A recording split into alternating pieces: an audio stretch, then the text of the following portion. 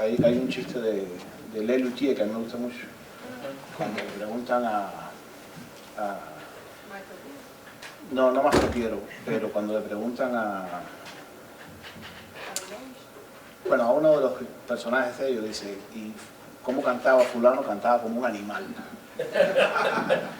O sea, que quiero agradecerle a Alberto la invitación que me hizo a presentar nuestro libro y que me haya hecho regresar después de 9 años a FIU, que hacía tantos años que no regresaba después que había estudiado acá, y que tanto sudor me hizo sudar aquí en estas mismas aulas. Así que te agradezco mucho la invitación. Bueno, Julio desafortunadamente no puede estar con nosotros hoy acá porque razones personales, pero este libro nos ha tomado 3 años escribirlo, ponerlo juntos, 9 maquetas, y ha sido un proyecto que nació básicamente, bueno, Julio estaba en Madrid, yo estaba viviendo aquí en los Estados Unidos, y el libro nace a partir de 2 lecturas que estaban ocurriendo en paralelo. Yo estaba revisando La broma, yo estaba revisando la risa de Berzón, y Julio estaba revisando La broma de Kundera. Y por esas cosas, Julio había sido estudiante mío y siempre fue un muchacho muy talentoso.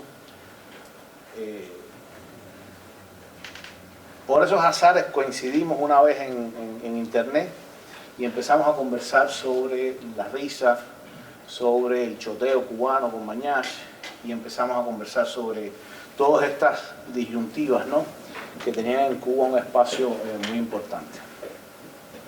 El libro nace de esas vicisitudes, de esas indagaciones, pero nace también a partir de un ensayo que yo publiqué sobre la ontología de la víctima en los sistemas totalitarios y que formó parte de un dossier que publicó el Centro de Víctimas contra el Comunismo, que está radicado en Washington, y que después replicó una revista que se llama Hipermedia, y un ensayo que también había sido sobre el cuerpo muerto de la nación, Escatología y Memoria, a raíz de 2 obras de 2 artistas que salieron en España, sobre la obra de Julio Lorente y sobre la obra de Raichel Carrillo, que son 2 dibujantes, son 2 artistas que tienen muy buena mano. Yo admiro profundamente a la gente que sabe pintar, ¿no? Hay mucha gente que se escuda hoy en el performance y en el video art porque realmente no saben pintar ni un melón. Y yo admiro profundamente a la gente que sabe pintar, y más con todo lo que está pasando en el arte contemporáneo.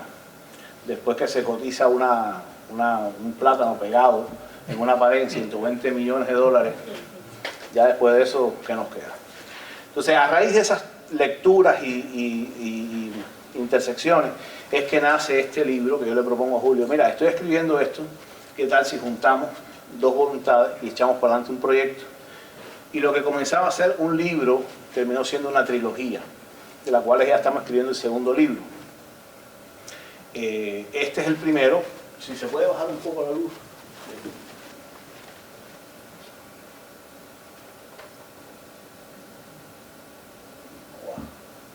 ¿No? Ahí.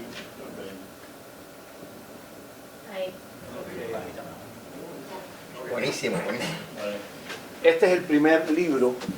Este es el primer. Yo voy a quitar esto ahora. Voy a sentirme un poco. Este es el primer volumen que, como ustedes ven, se titula Cuba, Historia y Perspectiva de una Escatología. El título nos costó mucho convencer a la editorial para que lo pusiera, pero era fundamental para nosotros ese doble simbolismo de la escatología en un sentido bíblico y en un sentido de lo que lo escatológico significa también, o sea, el desecho, el residuo, lo que nos sobra.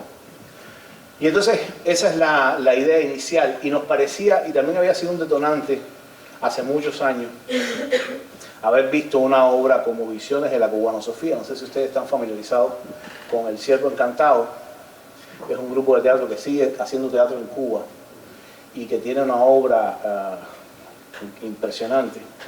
Y francamente a mí Visiones de la Cubanosofía fue una obra medular en mi formación, porque por primera vez yo había visto un teatro con una búsqueda ontológica central en su indagación visual y en su indagación performática.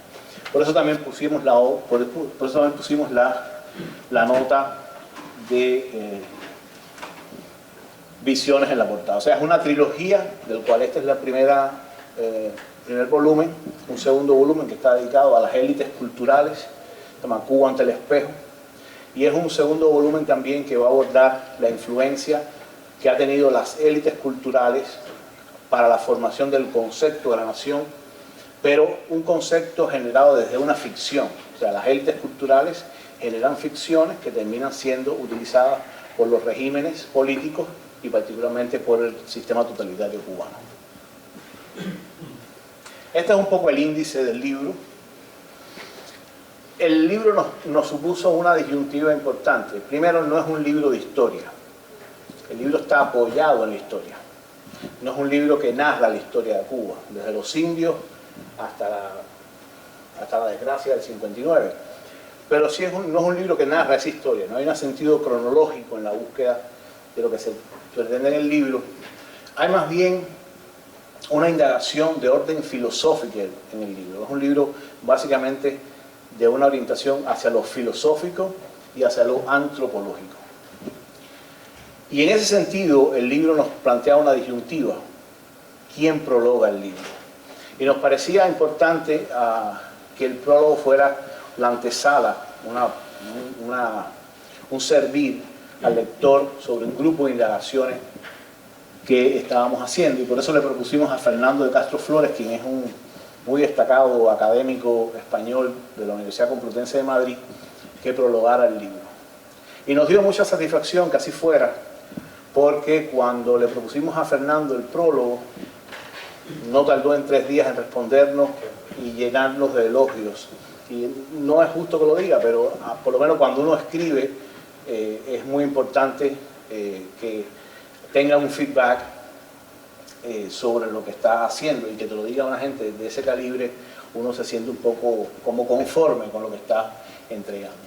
Bueno, el libro tiene 9 capítulos y un apéndice de imágenes, donde ustedes pueden ver hay un grupo de tópicos que son generales, que se anclan particularmente en la historia, pero que cada uno pretende una indagación de orden filosófica, más que todo.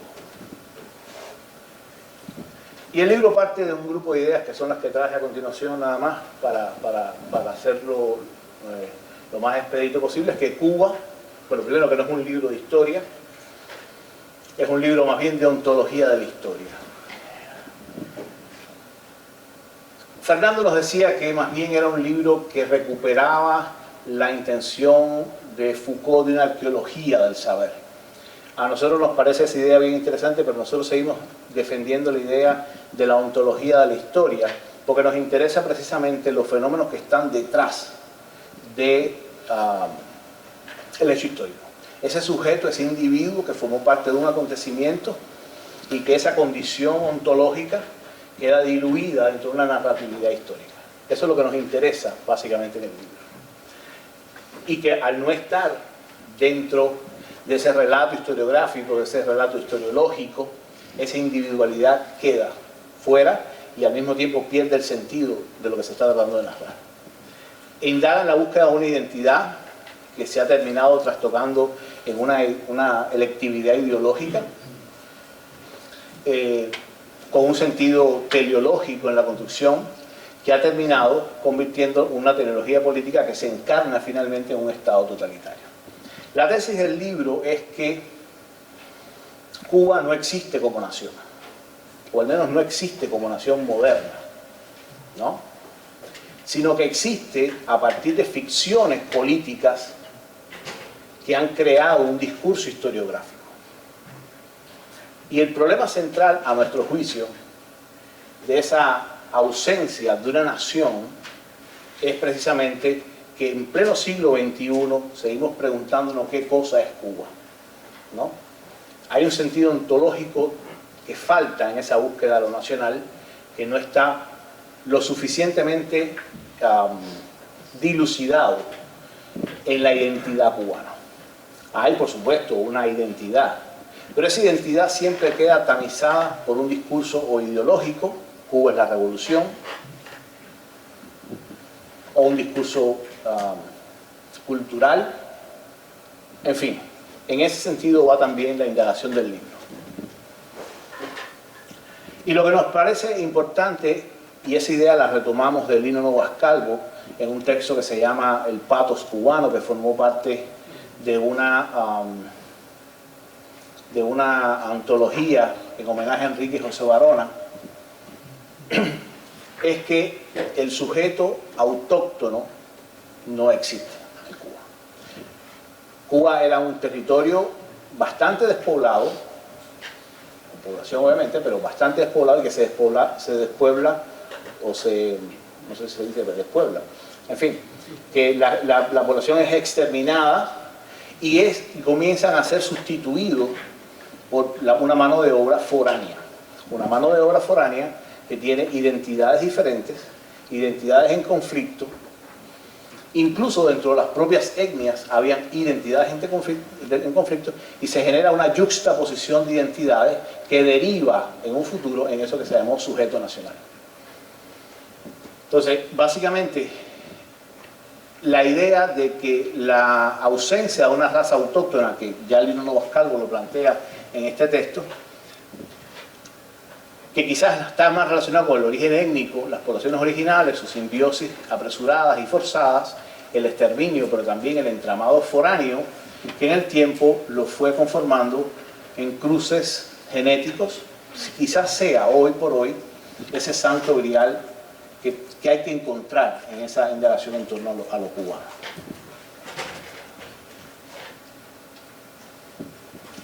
Otro elemento que destaca en el libro, que pretendemos insistir en el libro, es la ausencia de una tradición de pensamiento. Alexis Jardines ya había hablado bastante de ello en Filosofía Cubana in Nucem, cuando enfatizaba en la ausencia de una tradición de pensamiento. Y nosotros en el libro desarrollamos una distinción entre pensamiento e ideario. ¿Okay? Hay una distinción de orden en el orden de la sistematización. El ejercicio del pensamiento supone una sistematización. ¿Okay? Se ha llegado a decir que todo el ejercicio post-kantiano del pensamiento, o sea, toda la derivación post-kantiana, todo el pensamiento que se ha desarrollado después de Kant, no existe en el sentido de la sistematización de lo que supuso la crítica a la razón pura. Incluso todo lo que se ha hecho después no es otra cosa que una nota a pie de página de crítica a la razón pura. Eso es bastante fuerte, pero el pensamiento filosófico contemporáneo está defendiendo mucho esa postura. En el caso cubano, nosotros sí creemos que no existe una tradición de pensamiento. Hay idearios de pensamiento. Pero un ideario es una sensibilidad, un ideario es una percepción, un ideario es una postura, pero en torno a ello no hay una sistematización. Yo creo que esa es una de las razones por las cuales hoy seguimos pensando en torno a qué cosa es lo cubano. Porque no hay detrás de esa indagación un sentido ontológico y un sentido de la trascendencia de lo que supone la sistematización del pensamiento. Esta es una imagen muy interesante, una imagen que yo encontré en un pueblo de la Sierra Maestra, que se llama, no me acuerdo cómo se llama, pero era un pueblo de la Sierra Maestra. Iba yo en un camión y descubrí esa pintura, que me parece que es un poco bastante fuerte, porque es, imagino que alguien le haya rayado los ojos a Martí, quizás para que no viera lo que está pasando, pero la imagen como imagen es bastante interesante.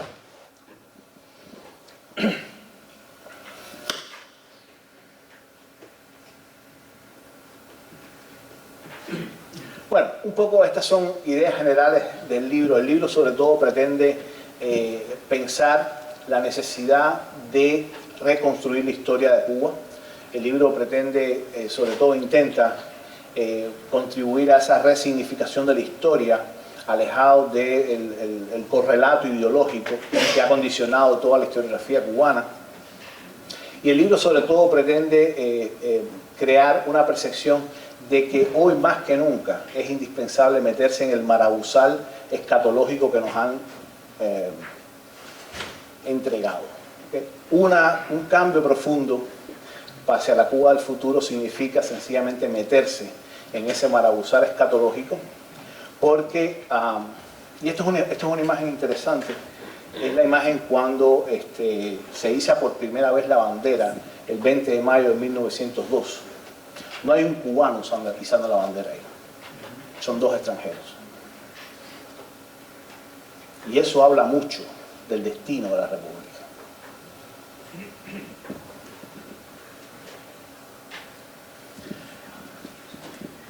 Dos preguntas finales, ¿no?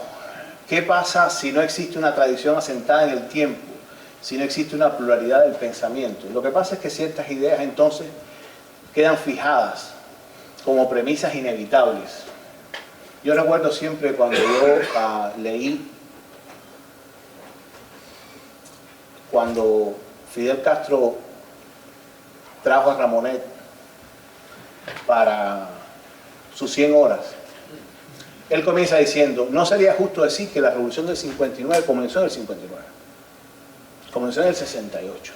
Y ahí estamos hablando precisamente de una visión completamente, no solamente extraviada y completamente disforme de lo que significó la revolución del 68, pero sí estamos suponiendo que hay ideas que quedan fijadas como inevitables.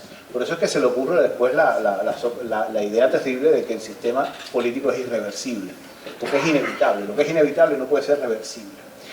Por eso hay que pensar en esas ideas que quedan fijadas como premisas inevitables, que este es el germen de una cultura perimetral, que es lo que le pasa a la cultura cubana. Si ustedes, por ejemplo, cogen, en el libro hacemos referencia a él, el programa fue muy divertido, los apodos de los presidentes. Usted coge, en fin, los apodos de los presidentes. Y vemos cómo esos apodos a partir de Fidel Castro comienzan a degradarse hasta el que tenemos ahora, que todo el mundo sabe cómo le dice. ¿Okay? O sea, es un poco esa idea de cómo hay una cultura perimetral que nos impide realmente salir y construir una Cuba del futuro.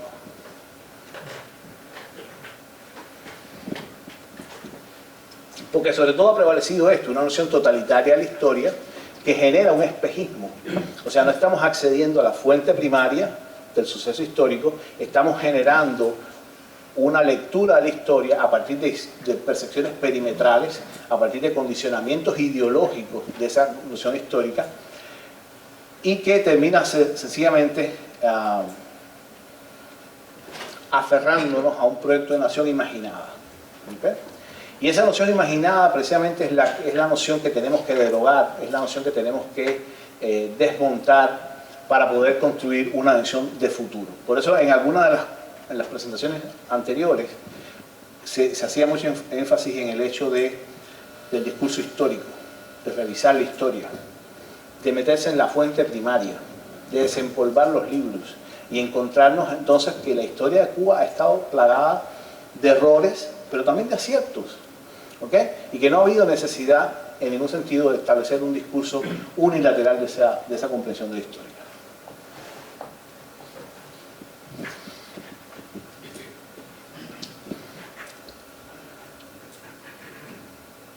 Bueno, básicamente, esta es creo que quizás la última, no, después viene otra cosa más. Lino Novas Calvo habla del cuerpo líquido. Al final de su ensayo, donde aborda la cuestión del amurallado, que era un poco una expresión de la ciudad cerrada en la colonia, después de la conquista de los ingleses. Lino Novas Calvo habla de una nación líquida. El líquido no tiene cuerpo. El líquido adquiere el cuerpo del recipiente que usted lo vierte. Pero ese líquido, decimos nosotros al final del prólogo, de la introducción, termina convirtiéndose en una ampolla fétida, en algo que hay que reventar, por eso lo escatológico, por eso el sentido de lo escatológico para nosotros tiene tanta importancia. Reventar esa herida, esa ampolla fétida, para sencillamente comenzar a sanarla, y desafortunadamente los procesos de sanación llevan muchas veces sangre. Y yo creo que es importante que el cuerpo de la nación sane, y sane lo antes posible, porque estamos pensando el futuro de las generaciones posteriores. Estas son tres obras de Julio, decidí ponerlos acá para cubrir su ausencia hoy acá con nosotros. Un primer mapa de Cuba que es carne pura, un cuerpo sin piel, completamente expuesto. Un segundo cuadro que es una visión también de un poco una segunda versión de la portada del libro, que es el cuerpo de Jesús sangrando por la herida, y la herida es Cuba. Y bueno, la tercera obra que forma parte ya de la portada del libro. Creo que Julio es un artista que ha trabajado profundamente el sentido de la nación en su obra, y creo que será uno de los artistas del cual se hablará en un futuro inmediato. Bueno, eso es un poco la idea del libro. Es una cosa muy capsular, pues casi son 300 páginas, pero estoy más interesado en lo que ustedes puedan decir que en lo que yo puedo decir realmente. Gracias.